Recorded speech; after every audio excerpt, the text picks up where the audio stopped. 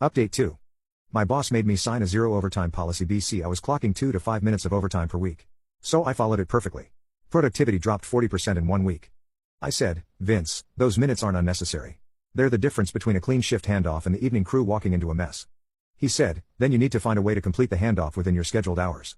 I said, that's not always possible given the variability of truck arrival times and shipment volumes. He said, make it possible. Then he slid a piece of paper across the desk. It was a personal overtime commitment form, a document he'd apparently created himself that stated I would commit to zero overtime effective immediately, that any overtime required prior approval from Vince directly, and that failure to comply could result in progressive disciplinary action. I read it twice. I looked at Vince. Part of me wanted to argue. Part of me wanted to explain again that the operation needs flexibility and that 2 minutes of overtime is not the hill to die on. But I'd already made that argument. He didn't listen. So, I was done arguing. I was done trying to explain reality to someone who preferred his spreadsheet version of reality. I had a thought in that moment, a clear, cold thought. If he wants zero, I'll give him zero and he'll learn what zero actually costs. I said, you want me to sign this? He said, I need you to sign this. I signed it. I kept a copy, both a photo on my phone and the physical paper, which I put in a folder in my desk labeled insurance. And I went back to the floor. I told Damon first. He was on the dock checking a shipment, and I pulled him aside. I said, Vince made me sign a zero overtime form. Starting tomorrow, everything changes.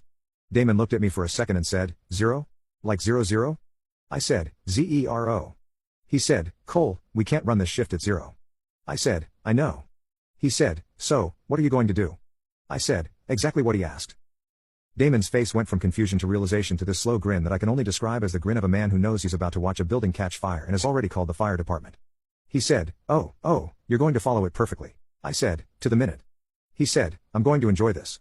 I briefed Phil and Austin separately. Same reaction from both. Initial confusion, then the realization of what was about to happen. Austin said he's going to blame you when things go wrong. I said, I have a signed document that says I'm doing exactly what he asked. Austin nodded slowly and said, this is the most professional thing I've ever seen. But I didn't go back to the floor as the same supervisor. I went back as a man with a signed document and a plan. Pause for a second. I'm jumping in here because I need to appreciate the moment. The bean counter just made Cole sign a document committing to zero overtime. A document with a signature on paper. He basically just wrote Cole a permission slip to destroy productivity. Because here's what Vince doesn't understand and what every single person who's ever worked in a warehouse already knows. Those 2 to 5 extra minutes aren't overtime. They're glue. They're what holds the shift together.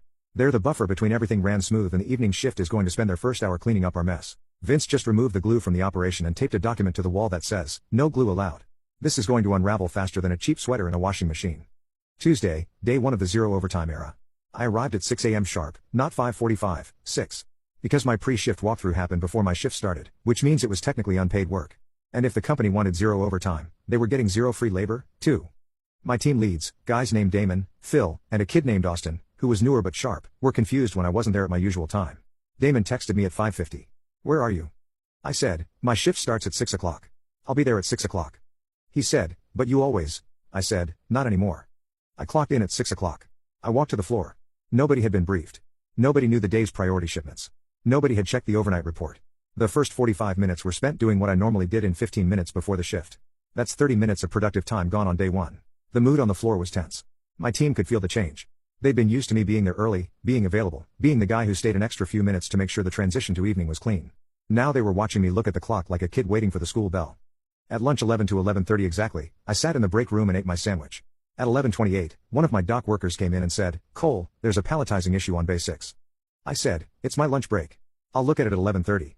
He stood there for a second confused and then said, but it'll only take, I said, 11:30. He walked away. That conversation would have been unthinkable a week earlier. I was always available. Now I was available from 6 o'clock to 11, from 11:30 to 2:30, and not a second outside those times. Vince wanted a clock puncher. He got one. Throughout the day, I did my job exactly by the book. When a driver arrived at 2:15 p.m. needing a signature on a manifest discrepancy, something I'd normally stay 3 minutes past my shift to handle, I said, I clock out at 2:30. If this isn't resolved by 2:30, the evening shift supervisor can handle it. The driver looked at me like I'd lost my mind. This was a driver I'd worked with for 4 years. He said, Cole, this will take 2 minutes. I said, I have a zero overtime commitment. I'm not authorized to stay. He sat in the dock for 45 minutes, waiting for the evening shift supervisor to arrive and get up to speed. At 2:30 p.m., I clocked out. A truck was half loaded in bay 4. 3 pallets were staged but not wrapped. The evening team walked into a dock that was for the first time in 6 years not ready for them. Wednesday was worse.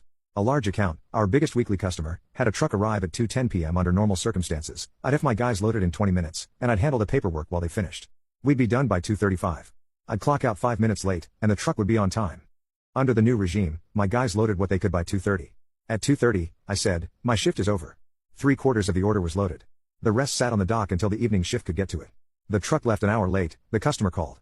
They were not happy. Wednesday evening, the evening shift supervisor, a woman named Rita, who I've worked with for 5 years and who is possibly the most no-nonsense person on the planet, called me at home. She said, Cole, what is happening? I told her about the policy. I told her about the signed form. She was quiet for about 4 seconds and then said a word I won't repeat, but it started with F and ended with Vince's credibility. She said, so, I'm getting your leftovers now. I said, until the policy changes, yes. She said, I'm going to have a conversation with Vince. I said, please do. I found out later that Rita walked into Vince's office Thursday morning and said, if my shift is going to pick up the day shift slack because of your policy, my team is logging every extra minute as overtime and I'm sending you the bill. Vince apparently said, that won't be necessary. Rita said, it's already necessary. It happened last night. By Thursday, the compounding effects were visible. My pre-shift briefing was happening at 6 o'clock instead of 5:45, which pushed the first orders by 30 minutes, which backed up the midday loading schedule, which meant trucks that used to leave by noon were leaving at 12:45, which meant afternoon deliveries were late, which meant customers were calling, which meant Vince was getting calls from the account management team asking why shipments were delayed.